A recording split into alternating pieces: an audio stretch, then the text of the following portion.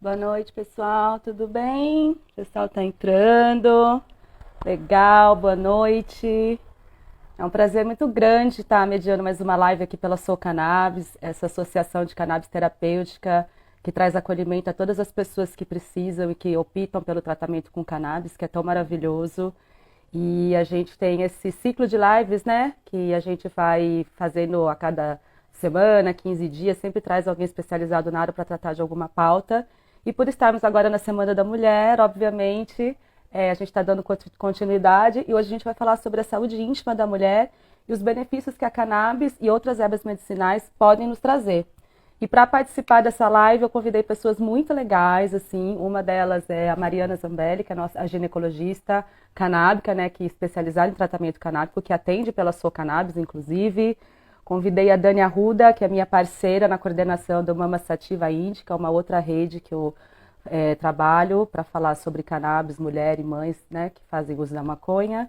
E chamei também a Carinhosa, que é uma doula parteira também que faz uso da fitoterapia canábica. Então eu vou procurar elas por aqui e vou começar a adicionar esse presente, que o nosso bate-papo vai ser muito legal.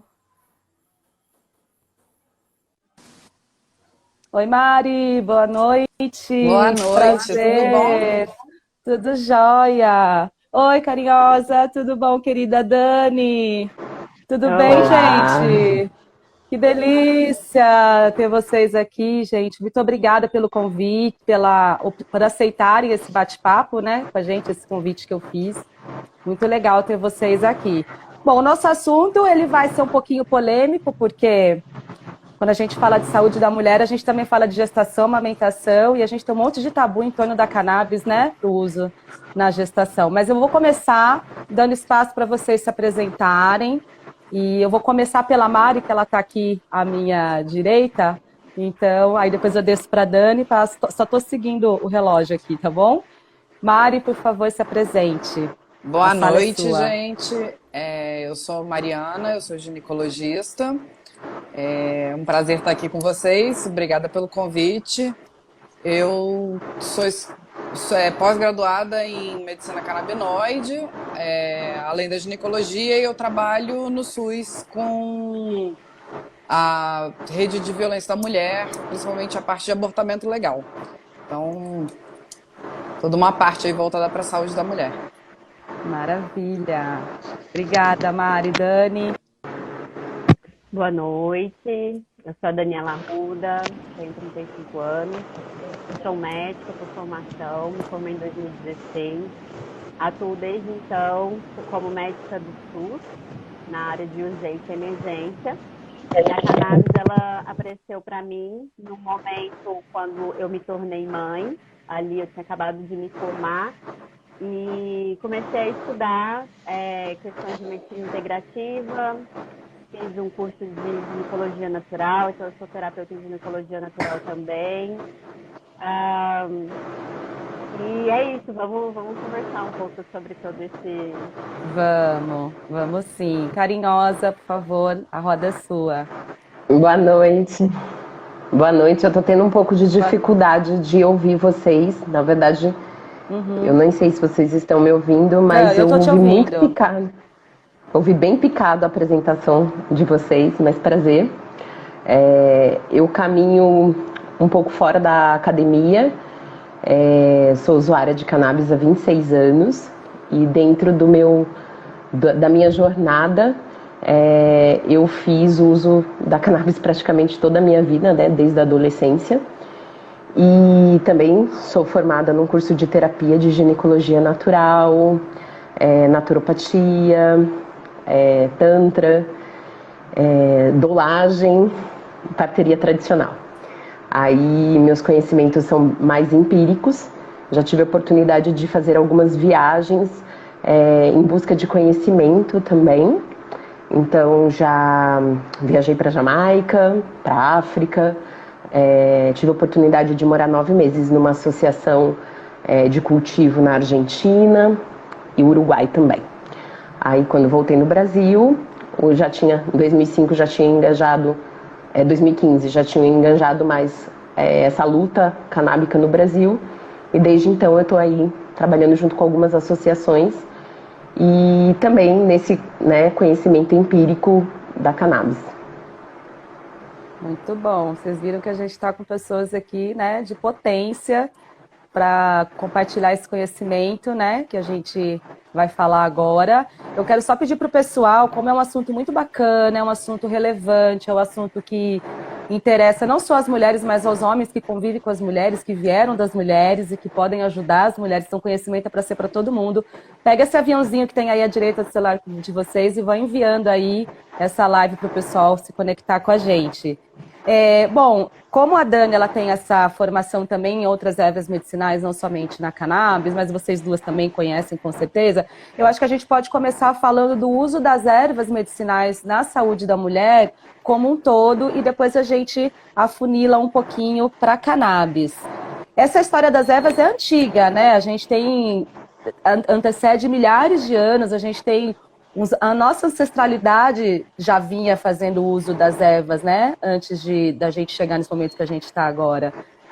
Quais são as ervas que são mais aplicadas para a saúde da mulher e em que contexto a gente pode... Porque você não compra na farmácia, né? É mais fácil você cultivar na sua casa a sua ervinha. Então, o que vocês recomendariam para as mulheres, assim, de ervas medicinais que elas podem fazer uso dentro da saúde íntima dela?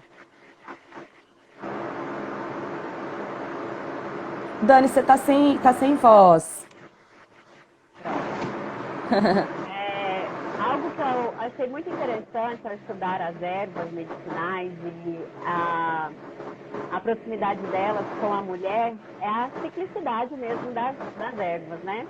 Desde o processo de crescimento dela, o processo de colheita dela.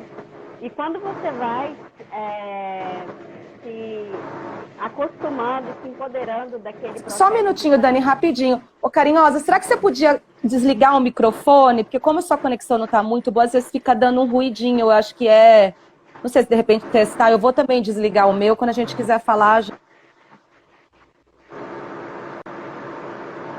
Eu não sei fazer isso, desculpa. Ó, na sua tela, onde você tá, não tem, se você apertar onde você tá, não aparece o microfoninho no quadrante que você tá, não? É que pra mim já fica aparecendo aqui. Não? Não sei, como que você fez, Dani? Pra mim não tá aparecendo. Eu cliquei na minha tela e apareceu a câmera, o áudio, virar a imagem e os efeitos, né? E um smile, Bom, tudo bem, vamos levando, tá de boa. Tô tentando aqui, tá? Tá, tranquilo, tá tranquilo. Eu acredito que as plantas, elas ajudam a trazer uma certa autonomia e um entendimento também do nosso ciclo, né? Nós, mulheres, também somos cíclicas, então, cada fase da nossa vida, né? Desde a primeira menstruação até o processo, né, de climatério e menopausa, são processos que a gente vai atravessar.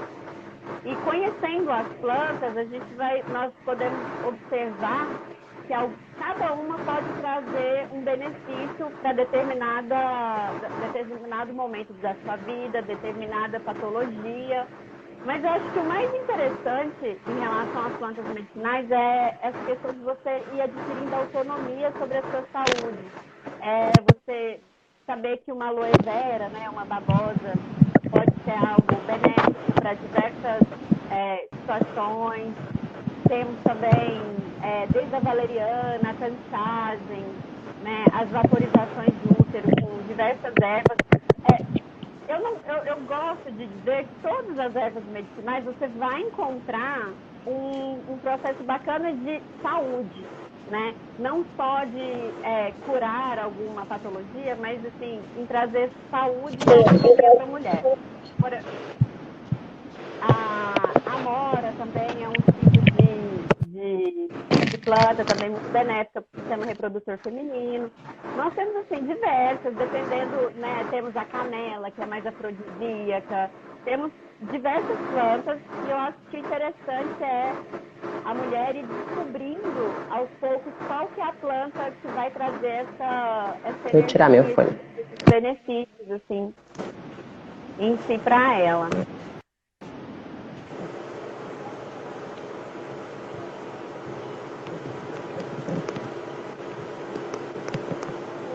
Alguma Nossa, de tô tendo vocês quer dificuldade. complementar? Eu quero. Eu Aproveitar que meu acho microfone que está aberto, eu não consigo desligar. Pode falar, desculpa.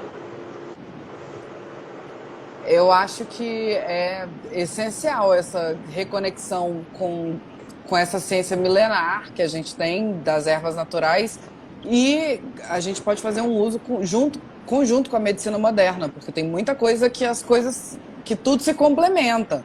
A canela, por exemplo, poxa, trabalho de parto, quando está em pródromo, você quer dar uma agilizada, você pede para a paciente tomar chá de canela. A amora a gente usa tanto no climatério e na menopausa, em paciente que tem contraindicação de hormônio. Então, assim, essa autonomia sobre o próprio corpo, esse conhecimento do próprio corpo e você poder fazer essa associação entre a medicina moderna com a medicina ancestral é inovador. Não deveria ser, mas é inovador. É uma volta ao passado que a gente está fazendo nesse presente, porque a gente tem essa conexão, né? No fundo, a gente tem esse conhecimento todo aqui dentro. Quando você começa a ler, você vai vendo que faz muito sentido. E você, Carinhosa, dentro do parto, você que está mais direcionada para esse segmento da saúde da mulher, como é que você faz o uso das ervas? Eu trabalho com ginecologia da mulher também, né? Na parte de natural e autônoma. Então, eu trabalho com mais plantas além dessas que elas falaram, né? Então, eu gosto de aroeira, barbatimão, algodão, framboesa, amora, uxi amarelo, tanchagem, ela falou, artemisia, unha de gato, eu fiz até uma anotação aqui, ipê roxo, alecrim, não gosto muito de canela, já usei bastante canela no parto, hoje eu tenho já um pouco de pé atrás, porque eu percebo que aumenta um pouco a pressão da mulher, então algumas ervas assim eu acabo utilizando mais. No parto, quem eu ando de mão dada no parto mesmo é o algodão. O algodão, eu não entro num parto sem o algodão. E a cannabis. Legal. Você pode explicar um pouquinho porque eu fiquei curiosa da questão do algodão? É por tintura? Oi? Eu uso ele em natura. A maioria das plantas que eu uso, eu gosto de usar elas em natura. Mas eu sei fazer tintura também. Aí, às vezes, dependendo do local do Brasil onde eu estiver e eu não tiver disponibilidade, eu sempre tenho uma tintura também pronta para um backup, né? Porque, por exemplo, atualmente eu estou em São Paulo. Aí eu tenho mais dificuldade de encontrar o algodão. Aí, a folha às do vezes algodão? eu uso a folha e eu uso aquele bulbo também, que é o bulbo que sai a flor, sabe? Sim, sim. Ele é bem potente. Mas a folha para fazer o chá é perfeito. Mas tem um pouco de manha também na utilização do parto, né? Porque ele é muito forte, ele chama realmente a contração e geralmente eu uso a partir dos 6 centímetros de dilatação. Aí eu uso também para ele engatar, ritmar as contrações. Então ele é a minha planta de maior auxílio. Isso também a mulher tem que estar muito encorajada e muito empoderada, porque só de relar nos lábios, assim, ele já chama a contração. E se a mulher ela já estiver desfalecida, ela não vai conseguir tomar. E, então, ele é gostoso, ele não é ruim, porém, você tem que saber trabalhar com ele, conversar bastante com a mulher e tudo mais. E para ritmar a contração é perfeito. Ah, legal. Eu lembro que depois do meu parto, eu tive um pouquinho de laceração, né? Elas me costuraram e aí elas tinham feito, as parteiras, elas tinham feito um caldeirão. Eu nem lembro as ervas que foram, mas entre elas eu lembro que tinha o barbatimão, fizeram um caldeirão e aí elas molharam os absorventes, aqueles absorventes grandes, sabe? Que é geriátrico, eu acho. E aí congelou, botou um monte no freezer. colocava um papel alumínio em cima e ficou um monte, uma pilha de absorvente com ervas congelado, um chá de caldeirão de ervas assim congelado. E era tão gostoso, assim, depois que eu tomava banho, eu colocava na calcinha e ficava com aquele geladinho e desinflamando. Nossa, eu lembro disso muito no meu pós-parto. Eu usei durante acho que uns 15 dias, sabia? Uns 10 dias eu lembro que eu fiquei usando esse absorvente Dessa até. forma, no absorvente, a gente costuma usar até a camomila. Camomila e Também, calêndula era um é bem monte, acho legal. que era umas 6. Eu lembro que elas me passaram a listinha para eu comprar, para elas deixarem pronto. Enquanto eu estava em trabalho de parto, elas iam se revezando. Iam encharcando os absorventes, congelando. Mas eu não faço isso, porque dentro da minha ginecologia natural, eu sou meio com absorvente, então eu não sou a favor do absorvente. Eu uso outras técnicas. Acho que podia ser um Para paninho congelamento, para fazer também. isso daí. Para fazer isso daí eu faço o seguinte, ela até falou da babosa. Eu tiro a babosa em filetes grandes, assim, né, na parte larga da babosa. Aí eu tiro, faço um bem grandão, assim, fica parecendo um bife. Aí passo no papel filme e se tiver geladeira, o congelador congela. Aí nessa hora você coloca ele entre, no caso, né, o absorvente e você sente ele congelado, no caso a babosa. Mas eu uso também o barbatimão e o algodão. O algodão eu uso ele no pós-parto também, para limpeza do útero, que eu faço garrafada também. O próprio chá também, pós-parto, para bebê. Então, o algodão eu recomendo que se tome 7 dias pós-parto, pelo menos 1 litro por dia. E o barbatimão eu faço grandes quantidades de chá de barbatimão, só ele, não preciso nem ficar misturando muitas ervas.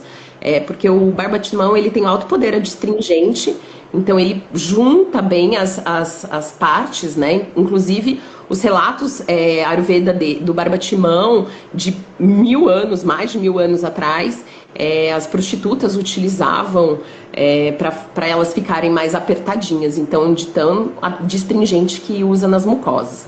Então, o barbatimão eu recomendo fazer banho de assento pelo menos os 3 dias pós-parto, 2 vezes por dia, aí vai depender da mulher, né? Se eu estiver acompanhando ela, estando na casa dela, eu mesma preparo os banhos de assento, fico com o bebê enquanto a mãe fica sentadinha ali e tal, às vezes até fumando um Mac. Agora, então, vamos chegar na cannabis, que assim como todas as outras ervas, elas também faziam parte da listinha das ervas das ditas bruxas, né? Que carregava esse conhecimento ancestral. Onde a cannabis entra na saúde da mulher? Quando ela vai fazer um atendimento ginecológico, Mari, em que ocasião você costuma indicar a cannabis como via de tratamento? Eu acho uma pergunta muito pertinente, principalmente quando a gente entra no conceito de saúde, né? Que eu acho que é a primeira coisa que a gente precisa questionar aí. O que é saúde? Segundo a OMS, eu até anotei aqui a definição, é um estado completo de bem-estar físico, mental e social, e não apenas a ausência de doença. Então, o que é saúde para uma mulher no Brasil em 2022? Sabe? Eu acho que é esse tipo de pergunta que a gente tem que fazer. No acompanhamento rotineiro do dia a dia, a gente vai fazer as prevenções, os exames de rotina, acompanhar essa mulher de acordo com os protocolos certinhos. Agora, no ponto de vista de terapêutica, chega num ponto onde essa mulher tem direito à autonomia sobre o próprio corpo, sobre o que ela quer usar, quais alternativas são oferecidas a ela. E eu acho que a gente está num momento do mundo, assim, onde a gente, principalmente na medicina, enxerga só metade das opções, sabe? Por forças maiores.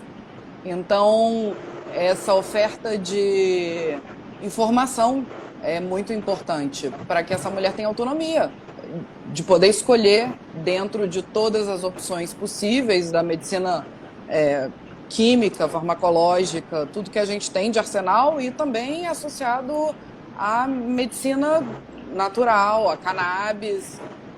Todo mundo pode trabalhar junto, tem mulheres que preferem uma coisa à outra e é do direito dela. Então, dentro de cada indicação, a gente poder oferecer o leque de opções. Mas quando a paciente chega para fazer uma consulta, ela já sabe, geralmente, que tem essa possibilidade da cannabis? Ou as que te procuram, ela já sabe que você é uma prescritora canábica? Hoje em dia, quem me procura sabe o que eu faço. Mas quem não sabe, é o tipo da coisa. Eu já tenho prática clínica o suficiente para saber o quanto ajuda. Então, seria egoísmo da minha parte ter esse conhecimento e não oferecer esse conhecimento numa consulta. Então, 100% dos pacientes, os que têm indicação que eu acho que tem benefício, que poderiam se beneficiar de um tratamento natural com a cannabis, eu vou oferecer, eu vou informar. E é isso, é informação ser a base de tudo e a partir daí a mulher conseguir decidir. Tem o poder de decisão, pelo menos ela tem as opções, autonomia, né? É autonomia. E se ela nem sabe que existe essa opção, né? Eu tenho uma endometriose, se ela nem cogita que existe a possibilidade de um tratamento canábico, claro, ela nunca nem vai optar por isso, né? E existe preconceito ainda quando você faz a indicação? Chove, né? Mas muito. Chove. Dentro do meio médico, então, a gente ainda tem muito chão. Tá engatinhando ainda, né? Eu acho que... Pode falar, Dani. Isso é muito importante a gente falar, porque, primeiramente, a paciente precisa ter uma confiança naquela sua médica ou naquele seu médico. A relação médico-paciente é extremamente importante para uma mulher falar que faz uso de cannabis. E, então, o médico tem a informação correta para também estar dando esse suporte, né, de orientação necessária. Eu percebo assim que uma mulher que faz o consumo de cannabis, ela vai contar para o médico dela se ela se sentir essa segurança. Então, assim, hoje, nesse momento que a gente está vivendo da medicina, né, onde a gente percebe que a medicalização em demasia nem sempre é o melhor para o paciente, nós vemos o tanto de iatrogenia também. É importante a gente estar... Se o médico ele não quer prescrever, tudo bem, mas ele precisa, ao menos, ter a informação correta entender o que é o sistema endocannabinoide, entender, né, quais são os benefícios e para não julgar e para poder informar esse paciente de uma forma correta, né? Nossa, fazendo um adendo rapidinho, que a gente entra na formação médica, né? A gente precisa rever a formação médica. A formação médica tá no passado, não dá mais pra gente formar médico da forma que a gente formava. Então, não dá mais para ter faculdade de medicina sem falar de sistema endocannabinoide, né, gente? Não dá mais. Não dá mais para ter faculdade de medicina e não respeitar o ser humano como um indivíduo. Não adianta a gente ter fórmula de bolo, sabe? Do tipo, tem isso, vou prescrever isso, tantos miligramas. Não é assim. Para muita coisa é assim que funciona, mas para muita coisa não é assim que funciona. Exatamente. E as opções têm que ser apresentadas. O médico tem que saber conhecer o paciente como um indivíduo para poder orientar. Exatamente, porque o obsoleto não é o conhecimento ancestral e a utilização das ervas.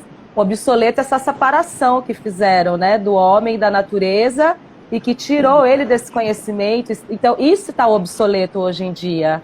É retomar, considerar os avanços que existem, mas considerar também toda essa ancestralidade. E tirar esse mito de que a medicina natural está fora da ciência, sabe? Essa coisa de que é pagelança, é bruxaria, é misticismo. E não, a gente tem comprovação científica, a gente tem bastante comprovação científica. Dá para atuar dentro da ciência absolutamente e prescrever medicina natural alternativa igual a gente prescreve a farmacológica química. A gente precisa quebrar esses paradigmas. Mas no momento que são oferecidos às mulheres, elas têm uma certa facilidade para catar ou ainda elas têm um medo de entrar para essa medicina canábica?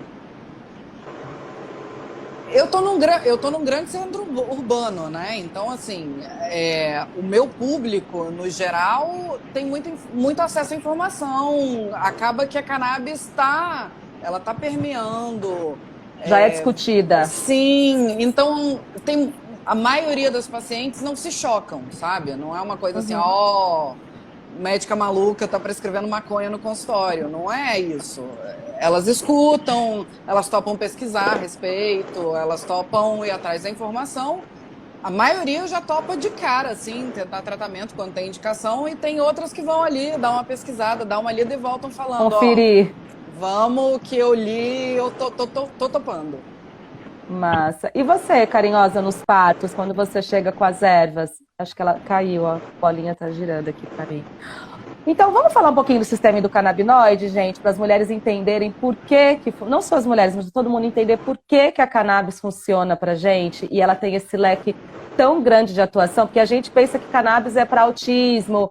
Muitas pessoas acabam restringindo. Como ela surgiu, né?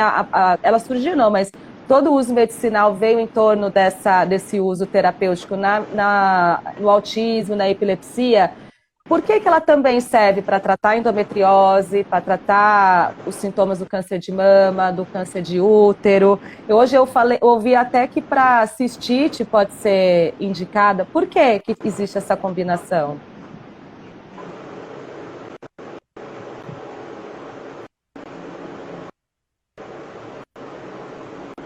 Tem alguma coisa que está bem ruim no...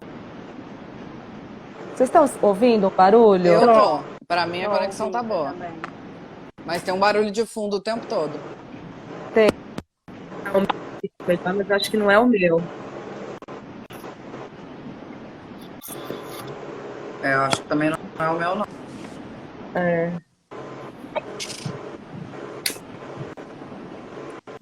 Até deitar de...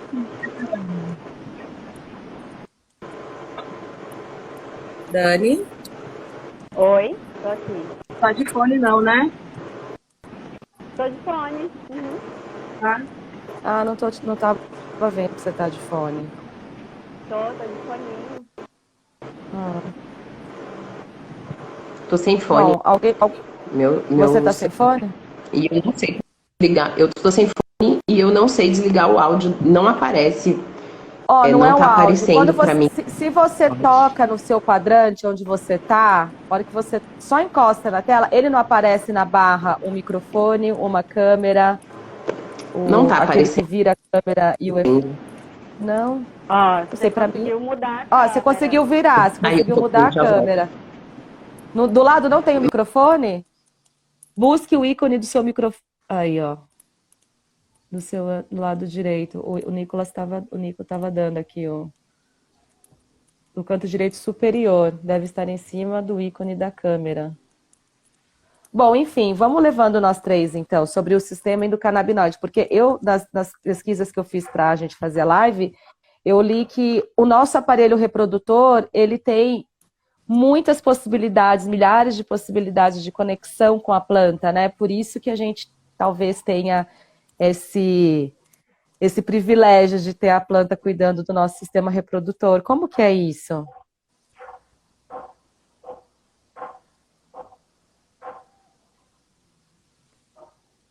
Vocês estão me ouvindo? Então, a gente sabe que tem prioritariamente 2 receptores principais para cannabis no corpo, né? Que é o CB1 e o CB2.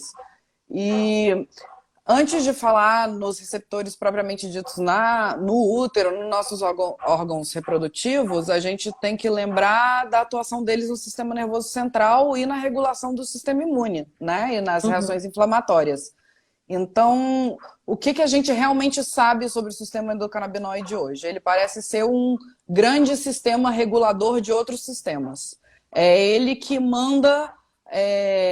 que controla a homeostase, que é o equilíbrio. Então, ele que faz os outros sistemas do corpo atuarem em harmonia, em equilíbrio.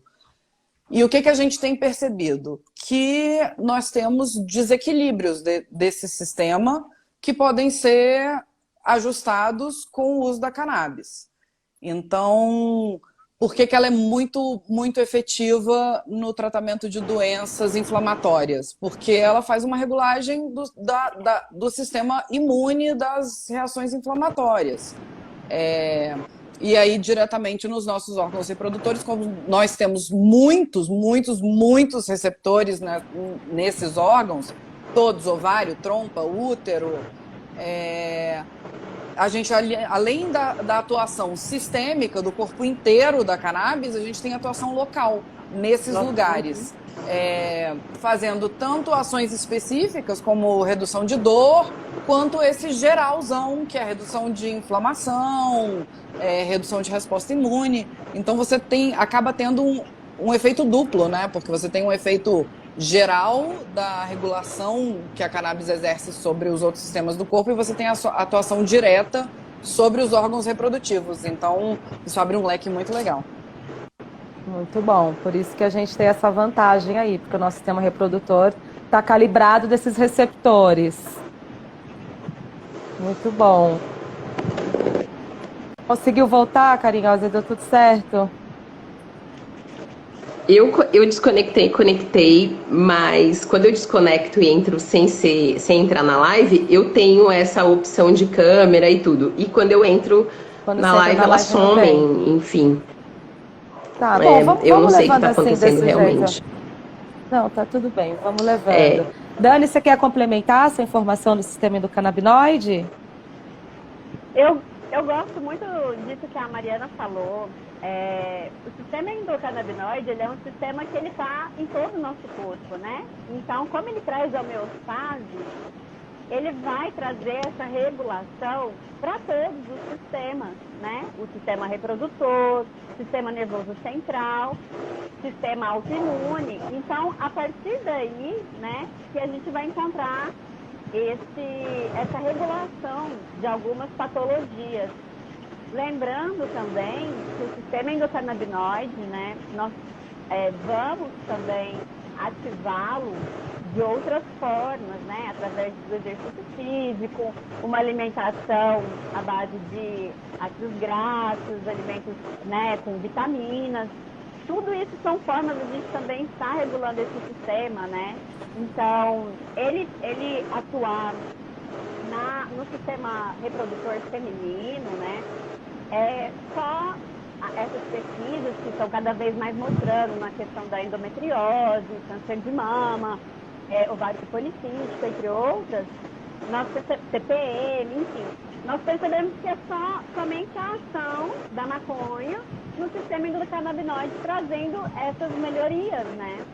Então, pensar como um todo mesmo, essa questão da regulação do equilíbrio mesmo do corpo através desse sistema. E quais as formas mais indicadas de uso? Óleo, uso tópico? Aqui no Brasil, por enquanto, a gente só pode óleo, né? Na verdade, assim, hoje em dia já tem a forma de... Tem alguns que você consegue importar pela Anvisa, as flores só com CBD, né, de alguns lugares, tudo. Mas nós temos o óleo, nós temos a pomada. Por exemplo, pacientes que possuem fibromialgia, né, pode estar fazendo uso do óleo e fazendo a forma tópica também, porque na nossa pele nós vamos ter receptores também do sistema endocannabinoide. Então, assim, pelo minha experiência, né, eu tenho 2 pós-graduações em cannabis medicinal, atuo já há 1 ano e meio, eu percebo assim que o óleo ainda é a forma que os pacientes têm a melhor adesão de início. Mas dependendo do que o paciente sente, né? Em outros casos, não só do sistema feminino, assim, mas às vezes a vaporização vai ser a melhor forma para tirar um paciente de uma crise, vamos supor, no caso do Parkinson, né? Que tem os tremores. Então, a forma vaporizada vai ajudar muito. Tem a forma de spray também. Na saúde da mulher, o que eu percebo mais, por experiência médica, assim, é o óleo, o uso tópico, né? Tanto a pomada quanto o lubrificante também, que é bem utilizado. E a forma fumada, né? Muitas mulheres fazem o uso fumando, carbonizando, e aí nesses casos é legal ter essa confiança da sua paciente, sabe? Dela poder falar para você, olha, eu fumo maconha, E aí eu como médica, eu pratico a redução de danos, né? Para orientar essa mulher a fazer esse uso de uma forma que traga menos prejuízos a ela. Entendi. Você quer complementar, Mari? Você acaba indicando os óleos nas suas consultas? É muito isso mesmo. A maioria das pacientes a gente consegue tratar muito bem com os olhos e em casos bem específicos a gente consegue hoje em dia legalmente comprar o óleo para vaporização, por exemplo, para formas mais agudas, e tem o spray nasal também. Os lubrificantes, bem legal. Mas predominantemente no mercado aqui brasileiro, os óleos estão dominando. É a forma é o acesso mais fácil para a população em geral. E para a saúde da mulher, no seu consultório, quais patologias que você percebe que elas acabam aceitando, que você tem tratado mais com a cannabis? Alguma se destaca? Por incrível que pareça, quer dizer, que nem é tão incrível assim para quem está vivendo nesse planetinha, é ansiedade. Saúde mental. Assim, mas é porque as mulheres foram as mais impactadas nessa pandemia, pela sobrecarga de trabalho, somos, entendeu? Né? Sempre somos, a vida toda. Então houve um boom assim de mulheres, mais do que já estávamos, né? Já vínhamos estando. Eu já tenho um fluxo de pacientes aqui tratando endometriose, tratando a cólica sem endometriose associada, mas o campeão do consultório é a ansiedade disparado, assim. Foda, né? E é um quadro difícil de mudar, porque não depende só da gente, né? Não vai depender só da cannabis. É um quadro social, político, histórico. É a definição de saúde. Quem é que consegue ter saúde nesse planeta no momento, né? Porque não é nem só o país, é o planeta como um todo. Então, a planta ajuda, mas não resolve. Agora, já que esses receptores estão bem concentrados no nosso sistema reprodutor, será que é por isso que a cannabis dá um tchan na gente quando a gente quer dar uma namorada gostosa, a gente faz uso dos lubrificantes, eles ativam, aumenta a nossa sensação? Eu já fiz uso de alguns assim, especificamente com THC, não achei muito diferente dos outros, mas realmente é uma potência, né? É por conta dessa comunicação entre o nosso sistema reprodutor, a mucosa e a cannabis, que aflora? Sem dúvida. E, assim, conexões ainda não descobertas pela medicina moderna, né? Porque a gente tem que lembrar que tem muita coisa que a gente não tem resposta ainda. Então, o que a gente tem visto dessa parte da sexualidade e a cannabis é muito isso de que ela não resolve a libido, não é aí que ela vai trabalhar. Ela é física, direto ali no receptor, é o contato, é a absorção, é a melhora do relaxamento, da lubrificação, da sensibilidade tátil. É isso que ela vai mexer ali. E é isso, conexão direta. E isso pode despertar a libido, né? Sim. A gente sabe que o desconforto na relação sexual é uma das principais causas de redução da libido e de disfunções sexuais. Então, ajuda bastante. A paciente que topa um tratamento casado entre uma fisioterapia pélvica e a cannabis, os resultados se potencializam, né? Você tem chance de respostas melhores. Agora, vamos para essa parte polêmica. Você quer falar, Dani? Pode falar. Quero sim.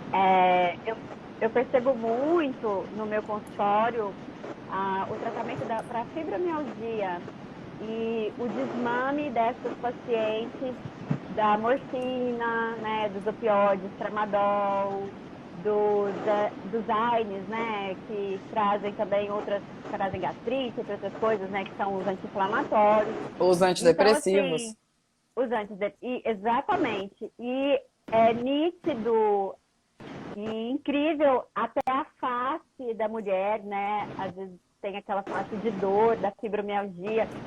Pacientes de 60 anos, mulheres que na época que elas tinham 20 anos, falava da fibromialgia e ninguém acreditava que não sabia nem o que era. Doença, né? E hoje a gente tem estudos que falam que a fibromialgia, a síndrome do intestino irritável, são, às vezes, podem ser deficientes desse sistema endocannabinoide daquela pessoa. Então, assim, está sendo muito incrível porque a gente acaba ajudando famílias, porque são Uhum. mulheres que têm a fibromialgia, é a mãe, é a filha, é a neta. Atinge mais as Então, mulheres, né? A sim, fibromialgia. sim. Aí eu queria comentar isso, que Pode falar, carinhosa. É, eu queria falar que eu trato assim a cannabis como uma panaceia dentro do tratamento da mulher mesmo, sabe? Então eu trato desde náuseas, vômitos, Travou um pouquinho, produção de né? Travou para leite, vocês risco ela? de aborto, travou. frigidez, impotência Travou. sexual, como antioxidante para menopausa, Tá na travando um pouquinho o seu. da formação do embrião. E eu trabalho com naturopatia também, então para encontrar essa homeostase eu uso junto à alimentação e as garrafadas para limpeza do útero, e a cannabis ela sempre entra junto. E a forma de utilização, além do óleo, eu utilizo gel, utilizo tintura, utilizo vaporização do útero com a folha, os lubrificantes e supositórios para hemorroida também. Muito bom.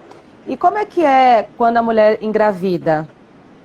A gente ainda não tem as pesquisas consolidadas. Você procura na internet, a gente não encontra muita coisa.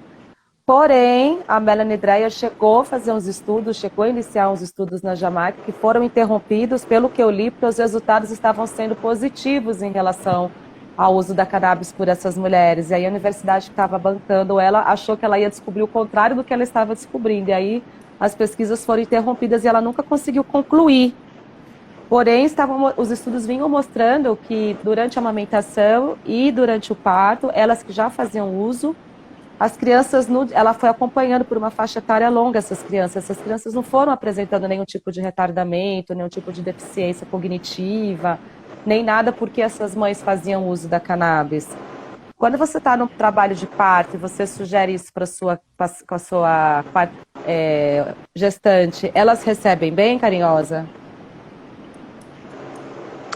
Eu não escuto a É, pergunta, mas eu tá entendi. caindo bastante.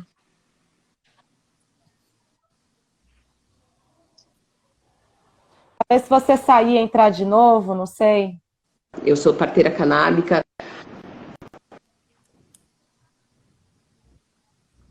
Tá travando.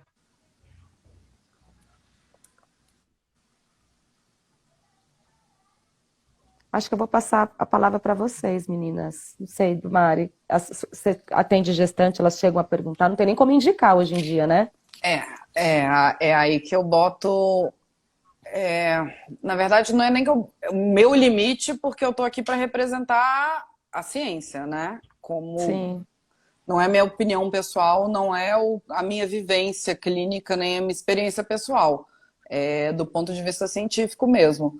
E pela ciência, o que a gente realmente tem evidência hoje em dia, e eu estou aqui até com um estudo bem legal, que é uma revisão bibliográfica de toda a literatura até agora, e mostra que o sistema endocannabinoide realmente regula essa parte de fertilidade, e principalmente de formação de trofoblasto, que é o tecido que formará a placenta. Uhum. Então, a gente sabe que ele faz essa regulação, mas a ciência não sabe uma tonelada de coisa. O que, que é Não. regulação, o que, que é desregulação com dose, qual dose, o que, que desregula, até onde vale a pena, até onde não pode, o que, que é tóxico, o que não é.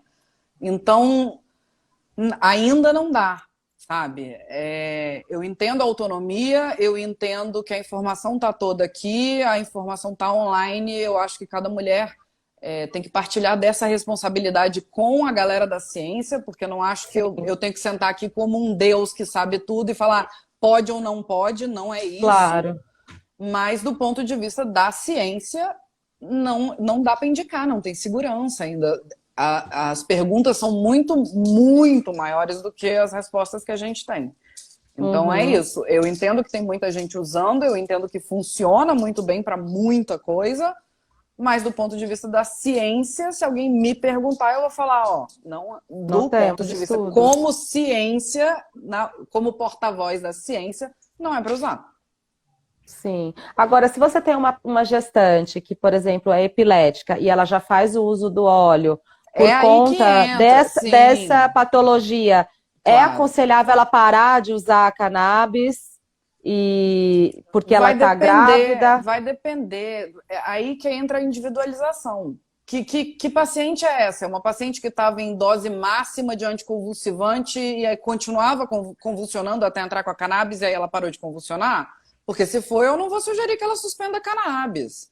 Que a É avaliação de risco, sabe? o risco dela ter a convulsão grávida pode ser pior do que ela continuar usando. Exatamente, é isso. Uhum. Vão ter casos específicos onde a gente vai falar, ó, é para usar uma hiperêmese gravídica, onde você já tentou absolutamente tudo, já teve múltiplas internações, essa paciente está emagrecendo, está perdendo eletrólito, essa gravidez está botando o estado geral dessa mulher em risco nessa situação. Se a cannabis resolver, eu vou indicar a cannabis, sabe? Não tô aqui para torturar ninguém, nem para falar, olha, não vai usar de jeito nenhum, porque a ciência diz que ainda não pode usar. Não é isso, é fazer uma avaliação responsável de risco. Eu acho Sim, que a gente aprendeu bem a fazer isso nos últimos 2 anos nessa pandemia, né? E é botar isso para sim, uso no dia a dia. sim. E você, Dani, você como clínica geral, quando você Eu pega alguma concordo, gestante? eu concordo plenamente com a Mariana. Eu acho que, eu acho não. A ciência informa, né? Não temos ainda essa segurança para estar indicando. Mas foi aquilo que eu disse lá no começo. É importante que o médico tenha uma boa relação com o seu paciente, para que a sua paciente possa até falar para o médico, olha, eu faço uso da maconha, e agora? Estou grávida, o que vou fazer? O que posso fazer? Porque essa mulher, ela tem o direito de ter a informação, né, do que tem de estudos, né, o que tem de hipóteses. Então, o mais importante que eu acho hoje nos estudos da cannabis no Brasil, que nós ainda estamos bem no começo, né, de tudo, é o diálogo entre a paciente, entre a sua médica, o seu médico. Porque não vai ser prescrito, porém, a maconha é a substância considerada ilícita mais utilizada no mundo, né? Então, será que todas as gestantes que passaram por determinada médica consegue falar abertamente para essa médica, né, durante o pré-natal? Olha, eu faço consumo de maconha. Então, assim, o mais importante hoje é o médico estar informado e saber informar essa paciente, não ter amarras, né, preconceitos e passar a informação correta para a paciente. Uhum. Acolhimento, né? É É um acolher, é não acolhimento. julgar. É orientar Exatamente. sem o julgamento, que Que é é muito pior ela ficar raro na fazendo uso medicina. escondido, né? Com Sim, certeza. É muito pior. É, com certeza. E na amamentação também. Os estudos não há mesma ainda. coisa. Mesma coisa. Mesmo, e principalmente porque a cannabis, né, a maconha, ela é lipossolúvel. Então, onde que ela vai ter mais intimidade? Em tecido Com adiposo, em leite. gordura. E o leite, ele tem a fase dele que tem a gordura, né? Então, Uhum. vai passar para o neném, né? E vai interagir com o sistema canabinoide desse neném. Porém, a ciência não sabe dizer, porque não temos estudos falando, garantindo nada, não sabemos quais são os riscos, benefícios, né? Então, é um assunto muito delicado que a gente tem que ter muita responsabilidade para estar falando, assim, porque são vidas, né, de pessoas, são estudos ainda, são coisas muito incertas, né? Mas eu volto a repetir que nesse momento do Brasil precisamos de informar e criar uma relação boa entre a paciente para a gente ter essa confiança de estar explicando para ela, porque às vezes, vamos supor, ela faz o uso da maconha e ela não sabe de nenhum estudo. E aí, às vezes, ela fica sabendo e fala, poxa, não, eu quero reduzir, como que eu posso fazer? Me ajuda. Então, assim, esse é o movimento do médico. Tentar ajudar essa paciente da melhor forma possível, né? E como a Mariana falou, sem um julgamento. É a mesma coisa para o tabagismo. A gente tem as mulheres que são fumantes de cigarro, né? De tabaco normal. E às vezes a orientação, muitas param de fumar, eu entendo isso, mas tem muitas que não conseguem, porque aquilo já faz parte da vida delas. Eu tenho várias amigas assim, que os médicos, as médicas acabaram, às vezes a crise que a pessoa vai ter, no caso do tabaco, né, por não estar fumando, que não é uma coisa que a maconha causa na gente, não tem essa crise porque a gente não está fumando. Mas a maconha alivia, traz um conforto, uma sensação de bem-estar, e o tabagismo já é químico, então muitos médicos pedem para, se você fuma 10, então vamos tentar fumar 4, 5 por dia, do que você jogar. É a redução de danos, né, em todos os aspectos. É a medicina não ser um carrasco, sabe? Não ser o carrasco, exatamente. A gente consegue diálogo, a gente consegue compartilhar responsabilidades, a gente consegue, baseado na informação, é isso. O canal de conversa tem que estar aberto. As suas gestantes, Carinhosa, elas chegam já com essa ideia de fazer o uso da cannabis durante o parto? Eu confesso que eu fiquei com um pouco de receio, mas foi tudo tão louco, eu nem me lembrei de maconha na hora. Mas quando você tá com elas, são as que já usam, que você faz uso, ou você introduz como você introduz uma outra erva medicinal? Não.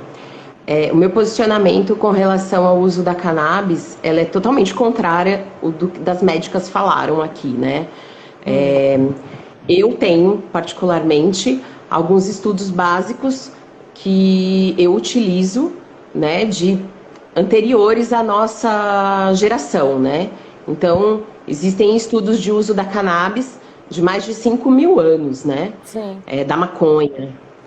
Então, existem estudos em artigos que falam sobre o uso da cannabis na gestação, no parto, da amamentação, e eu utilizo eles como base. Inclusive, conheço alguns estudos, como você citou aquele da Jamaica, que fala que foi cortado o patrocínio, né, porque não encontraram pontos negativos. Eu conheço algumas revisões de estudos que apontam erros ou outros pontos de vista com relação a isso. Geralmente as pessoas que me procuram, elas já são usuárias, a grande maioria, e elas encontram esse problema dentro da rede de saúde, com preconceito. Então, por exemplo, uma gestante me procurou uma vez dizendo que chegou no postinho, na inocência, 19 anos, assim, inocência, e falou que fumava, e ela teve seu nome escrito assim, usuária de maconha, e grifado de caneta amarela. Então todo pré-natal falavam isso para ela. Então não teve acolhimento, não tem esse acolhimento. Nenhuma das mulheres que eu acompanho tem acolhimento na rede de saúde com relação ao uso de maconha. Eu vejo o ponto de vista de usuário de tabaco, por exemplo, muito diferente do uso de maconha, porque os estudos que a gente tem com relação à cannabis que eu tenho, que eu acompanho, é totalmente diferente do uso do tabaco. Hoje a gente vê que o tabaco realmente faz mal e a cannabis, ela não é fetotóxica. Inclusive a doutora falou aí algumas coisas também sobre o uso da formação de embrião, enfim. Na amamentação, até mesmo para aumento da produção de leite. Como o meu conhecimento é mais empírico e eu tive a oportunidade de morar em algumas aldeias indígenas, regiões ribeirinhas, então o conhecimento que essas pessoas me passaram, então eu tive a oportunidade de fumar maconha com uma parteira de 100 anos. Então, e com a bisneta ela usava, dela... Ela tinha histórico de uso nos partos dela, da maconha? Sim, sim, sim, para dor. E o incrível que era, foram 5 gerações na mesma roda. Então era ela, filha, neta, bisneta, grávida. Uhum. E todo mundo fumando maconha na mesma roda, numa roda de mulheres, falando sobre o uso da cannabis na gestação, no parto, no puerpério, na saúde da mulher. Então, esse conhecimento empírico, ele me empodera. Então, é lógico que as doutoras aí, elas têm um embasamento científico, e isso, elas têm que sei lá, enfim, né, ir a favor da ciência, ir atrás da ciência e andar conforme a ciência rege. O meu conhecimento dentro da parteria tradicional, ele me traz outro tipo de conhecimento. É o conhecimento realmente da mulher que ela é rejeitada quando ela fala que ela usa maconha. Então, quando chega uma mulher da favela e ela fala pra mim assim, eu uso maconha, eu acolho ela realmente, entendeu? Aí eu trago esses estudos realmente que falam, olha, é isso, isso, isso. Eu realizei um estudo ano passado, com 80 mulheres responderam o meu questionário e eu tive um ótimo resultado, assim, com relação a essas questões. Eu perdi esses estudos, eu tive um problema de Instagram, essas coisas que me excluíram. Não pude postar muita coisa, mas dentro disso, né, dentro do meu conhecimento, quando eu falo que eu indico, eu não estou indicando para uma pessoa que não é usuária. Eu estou falando para uma pessoa que, por exemplo, assim, eu estou com depressão pós-parto. Então, a pessoa é usuária, eu falo, então, você está fumando? Então, peraí, vamos fazer um acompanhamento terapêutico. Eu sou fitoterapeuta canábica, então, eu sou naturopata, então vamos mudar a alimentação, vamos introduzir o uso do óleo, vamos tentar fazer esse óleo ficar 24 horas dentro da corrente sanguínea, fazendo uso contínuo, não só fumado. Então, faço outro tipo de utilização, sim, mas porque eu tenho um conhecimento que, como eu disse, né, eu busquei outros tipos de conhecimento que não foram acadêmicos, né? Concordo com as doutoras aí, porque elas têm uma linha para seguir, mas eu sigo outra linha e eu tenho outro tipo de estudo e outro tipo de conhecimento, né? Então, quando alguém fala para mim assim, não tem estudo científico que fala, hoje em dia tem mais de 5.000 estudos na internet que fala sobre o uso da Sobre cannabis na cannabis? gestação, parto, É puerpério. mesmo? Onde você viu? Menina, eu procurei tanto, vários estudos assim, eu achei muito pouco. E muito, bom, dentro da academia eu tô falando, né? Fui buscar os estudos dentro da academia. E achei pouquíssima coisa. O que mais me chamou a atenção foi o da Melanie mesmo, que parecia ser o mais favorável, mas Da ela não Jamaica. conseguiu concluir. Ela não o da Jamaica, ela não conseguiu concluir porque a pesquisa foi interrompida. Mas ela fez um levantamento de fato, até Mas onde ela ela fez por conseguiu. 5 anos, né? Ela Hã? fez por 5 anos. Por 5, acho que foi Essa, mais até, viu? Acho que foram mais que 5. acho que foi por 5 anos que ela fez o estudo. Mas existem outros sim, e principalmente artigos, né? Então, por exemplo, tem um artigo aqui que eu anotei, de 1842, do Dr. William. Ele fala sobre o uso da cannabis para promover contrações no parto, para evitar hemorragia, para ajuda e auxílio da dor. Né? Uhum. Então, existem artigos, eu anotei esse só para citar, Uhum. mas existem sim alguns estudos, só que não são atuais, são antigos. Né? Então, tipo, Entendi. você pega aí, A medicina como eu contemporânea disse, não né, a tem. farmacopeia chinesa, 5.000 anos. Uhum. Então, de 5.000 anos para cá, o que mudou? Mudou muita coisa, mas eu acho que é isso, né? Eu Uhum. acho que tem. No O que fundo, eu eu acho que não penso está nem também muito sobre distante isso. do que elas estão falando, porque o acolhimento é feito. Elas vão tratar isso direto com a paciente, dividir essa responsabilidade, né? Não, não sei, pelo menos foi isso que eu entendi do que vocês estavam falando. Da paciente chegar, se abrir, não que vai ser uma indicação de receita, mas Eu não existe indico, essa né, abertura para conversa. como a doutora falou, que chega alguém no consultório dela e ela indica. Isso eu não faço, isso eu não indico. Não, mas para outras Eu acolho, doenças, para outras eu só acolho, patologias. exatamente, eu só acolho. Então, se a pessoa vem aqui e entra em atendimento comigo, eu trabalho com atendimento, se a pessoa entra em atendimento comigo e ela me apresenta, né, essa patologia e tudo mais, aí eu falo, então, você está usando? Como é que é? E daí a gente introduz de uma forma terapêutica. Pode falar, Dani, se tinha levantado a mão. Eu acho assim, gente, que nesse momento que a gente está de Brasil, né, com onde o proibicionismo ainda é muito forte, onde eu não, a adesão à maconha é uma forma ilegal, né? Então eu não sei exatamente qual é a planta que a paciente está fumando, eu não sei exatamente, porque a realidade do Brasil hoje, falando assim, em drogas, né, saindo um pouco dessa questão da saúde da mulher, é o proibicionismo. Então, assim, a maioria das pessoas vão fumar aquela maconha dita prensada, que a gente não sabe o qual de produtos químicos tem ali nela. Então é muito difícil uma pesquisa. Não é só a maconha que ela vai fumar, infelizmente, né? Não. Então, assim, uma pesquisa, eu acredito que tenha que ter mais pesquisa, sim. Obviamente, o cientista ele não vai colocar uma mulher, olha, vem aqui experimentar.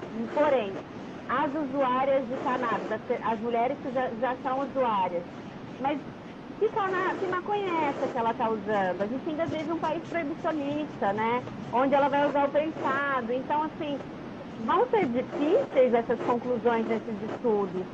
Por isso que, assim, nesse momento de país que a gente enfrenta, né, ter essa oportunidade hoje de a gente estar falando sobre maconha, sobre saúde da mulher, sobre gestantes, cara, tipo, é muito ainda o início, às vezes muitas pessoas ainda regalam o olho e pula da cadeira, assim, sabe? Aham. Mas a gente tem que trazer essa pauta, assim, e pensar sempre que, claro, não vamos indicar, mas a gente tem que pensar na questão de redução de danos, né? E, enfim, queria trazer essa parte, assim, porque ainda eu acho que é muito difícil as pesquisas, né, estarem atuais, né? Porque realmente a maconha é uma planta milenar usada para diversas patologias, né? Igual diversas outras plantas. Porém, a gente enfrenta o proibicionismo e a ilegalidade, que é, de fato, o que atrapalha essas pesquisas atuais. Eu acho que a questão é o acolher sem julgar e a informação, mas indicação, enquanto não houver ciência. A ciência acadêmica, né? Aquela que faz a pesquisa dentro dos métodos tradicionais de pesquisa, com amostragem, com tudo mais. Matemática, uma metodologia. Matemática, sim, no esquema metodológico, né? Porque o uso tá aí há 5.000 anos, como a Carinhosa falou. É isso, tá aqui, tá isso. permeando o dia a dia. Quem sabe o trabalho que a gente faz e sabe que a gente acolhe, abre o jogo. E a gente tá aqui para oferecer informação. Mas e como é que a gente poderia pressionar para que esses tipos de estudo e pesquisas? Porque vai depender de voluntários, né, para se fazer. Que mãe gestante vai se colocar voluntária? Olha, como é que seria. O processo de legalização nos Estados Unidos e na Europa, em alguns países, por exemplo, dão bastante abertura. Os Estados Unidos, por incrível que pareça, dá bastante abertura para questionários e estudos retrospectivos. Tem até bastante coisa. Tanto é que a gente sabe que o uso adulto é relativamente seguro, né? Sim, e uma pessoa que mandou Eu conheço alguns estudos americanos que estão convocando gestantes para fazer estudo. Alguns laboratórios americanos que estão convocando gestantes. Porque assim, uma das nossas integrantes da Sou Cannabis, ela fez até um comentário, ela falou assim, um exemplo que a ciência não consegue dialogar é com o uso tradicional, por exemplo, da ayahuasca, que é autorizado, e muitas gestantes, muitas crianças pequenas fazem uso da ayahuasca, né, nos seus ritos e tudo mais. E a ciência não conseguiu. Pra mim tá fora da... Eu não sei nada a respeito. Nada. Eu só sei, é uma substância... Oi? Não, eu sei o que é, mas a gente usa a ciência, não sei nada do ayahuasca. Então... Não, eu tô dizendo assim, que ela é permitida o uso, tipo, não é proibido, por ser considerado um ritual, um chá de uso ritualístico, religioso, ele não é proibido, tanto que você pode fazer o uso da ayahuasca em várias sessões, em vários lugares. Mas a não proibição também não é sinônimo de indicação, né? A gente tem que não é sinônimo de indicação, mas o fato de não ser proibido e de ser permitido hoje a gente tem uma gama de gestantes, uma gama de crianças, de mulheres amamentando, que faz o uso da ayahuasca nos seus ritos. E a gente não tem registros de que isso tem causado lesões para essas mães ou para essas crianças, seja no parto, seja na amamentação, seja na gestação. Isso não existe, né? Bom, pelo menos do que eu conheço, eu nunca... Não, eu nunca pesquisei a respeito, então não sei, não sei. Que eu já... E a ciência, e o proibicionismo não é proibido nesse aspecto, não atua nesse aspecto, e o uso existe, né? Mesmo sendo uma substância que tem um efeito psicoativo e tudo mais, no caso da ayahuasca, né? Então, a questão do proibicionismo que a Dani falou em relação à maconha, as pessoas olham, nossa, uma gestante. Mas eu lembro das minhas tias, por exemplo, minha avó falava, toma cerveja preta para ter leite, e dá-lhe tomar cerveja preta, né? O consumo do álcool. Já era quase uma indicação tradicional na família. Sagrada, toma cerveja preta para dar leite. Eu me lembro disso, claro. E não deixa de ser álcool, não deixa de ser uma substância que passa para a placenta, que passa depois para o leite. E ela vamos aí. É muito preconceito, no fundo, né? Muito a gente está tabu. engatinhando ainda. Está engatinhando. Mas é isso, hoje o desafio maior é informar, né? E cobrar para que as pesquisas sejam elaboradas e realizadas. O uso das plantas de poder, exemplo, né, na amamentação, parto, é uma parte da população muito pequena, sabe? Que faz uso e que conhece, e realmente não é indicável, porque uma pessoa que nunca tomou ayahuasca jamais, né, indicaria tomar e passar por todo um processo de grávida e tal. Grávida até tudo bem, agora no parto acho que não. Sim. Agora, as plantas de poder, na verdade, elas também entram nesse lance da tradição, né? Todas as plantas. E que é uma procura muito pequena da população. Você não vai chegar dentro de um postinho médico de saúde e falar com o médico e falar assim, eu tomo ayahuasca durante a minha gestação. Mas se você chegar numa igreja que serve ayahuasca e tem mulheres grávidas, elas vão estar tomando. Uhum. Eu mesma, eu dei ayahuasca para minha filha foi batizada dentro do rito religioso da ayahuasca. Eu tomei grávida, não tomei no parto, porque o meu parto foi um parto muito rápido. Então, mas eu também coloco a rapidez do meu parto também pelas peias que eu já passei na ayahuasca, enfim. Mas é isso, né? Eu acho que é uma parcela da população que ela não entra, por exemplo, no SUS, por exemplo, falando sobre as plantas de poder, né? Sim, sim. Agora, deixa eu perguntar só uma dúvida assim. Quando a criança começa, por exemplo, uma criança que tem epilepsia, se ela já é diagnosticada cedo, qual a idade mínima que se começa a fazer um tratamento numa criança, por exemplo, com cannabis? 2 anos? Ou antes disso não se faz? Tem uma idade mínima que consegue fazer, que se permite fazer o tratamento com cannabis ou não? É livre?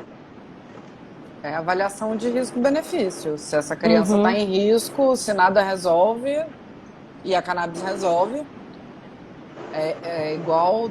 Tem um documentário, né, que conta das crianças com câncer de sistema nervoso central que as mães preferiram tirar da quimioterapia porque a quimio ia matar.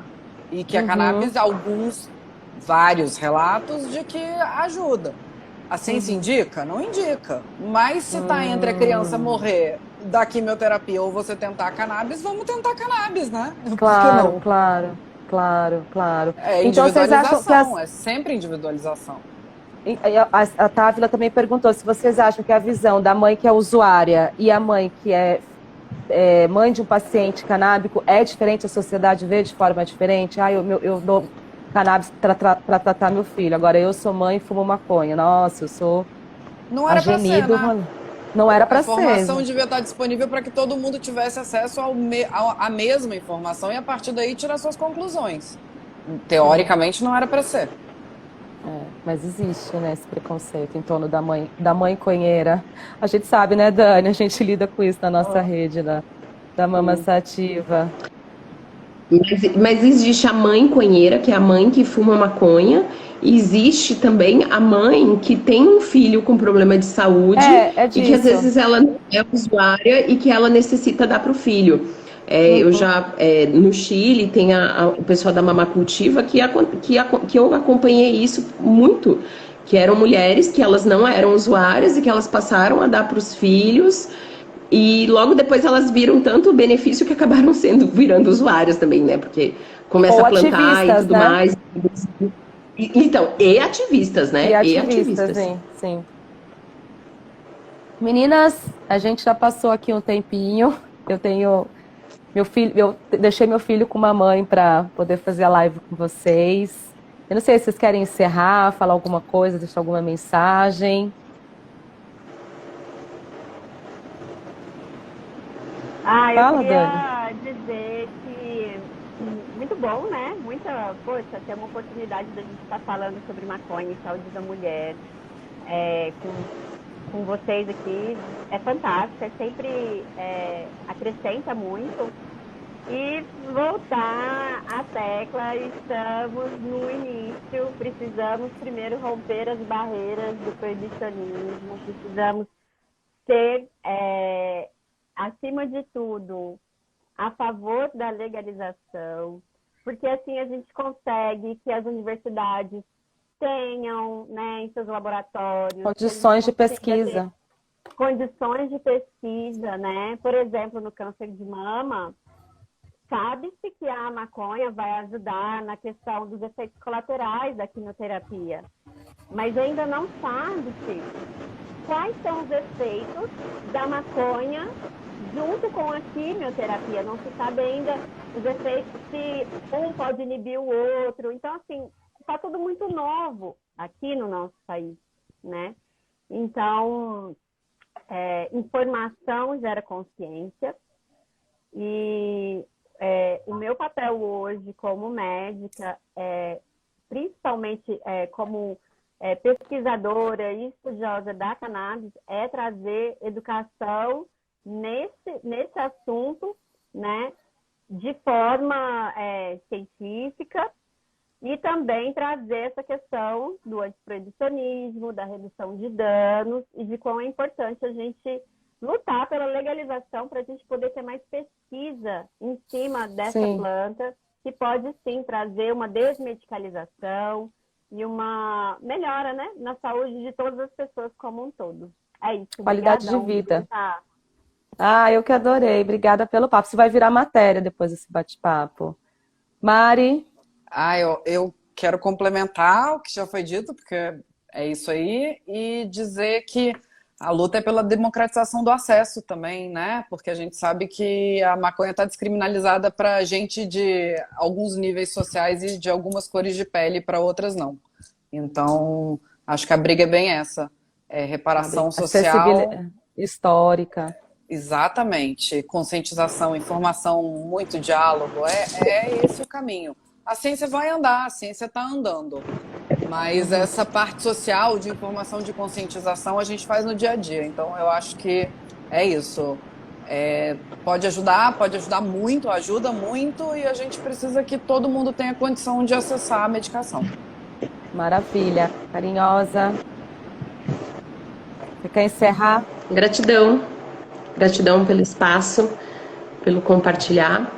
É muito bom trocar ideia sempre. E esse assunto ele tem que ser falado para a gente desmistificar muito preconceito aí, e que cada vez mais possamos introduzir a cannabis como uma planta como todas as outras, né? Como todas as outras que nós citamos.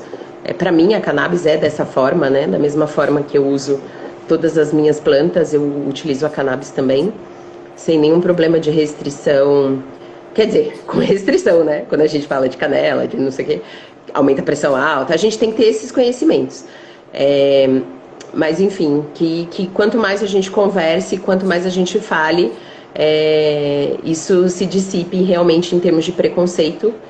E bora lá, todo mundo trabalhar junto de mão dada. Eu acho que isso é o mais importante. Gratidão. Gente, eu que agradeço vocês terem disponibilizado esse tempo, esse conhecimento. É isso aí, como o Siddhartha falou, a ciência não tem como voltar atrás, é daqui para frente. O que a gente precisa correr contra o tempo é na informação, né? É informar para transformar, é o lema da Sou Cannabis, e a gente vai seguir nessa trilha aí. E obrigada por vocês disponibilizarem o tempo de vocês, obrigada meninas. pelo convite. Que é isso. Obrigada mesmo. Um beijo grande e um lindo final de semana para vocês, gente. Um Para todas beijo. nós. Beijos. Tchau. Tchau. Tchau. Tchau.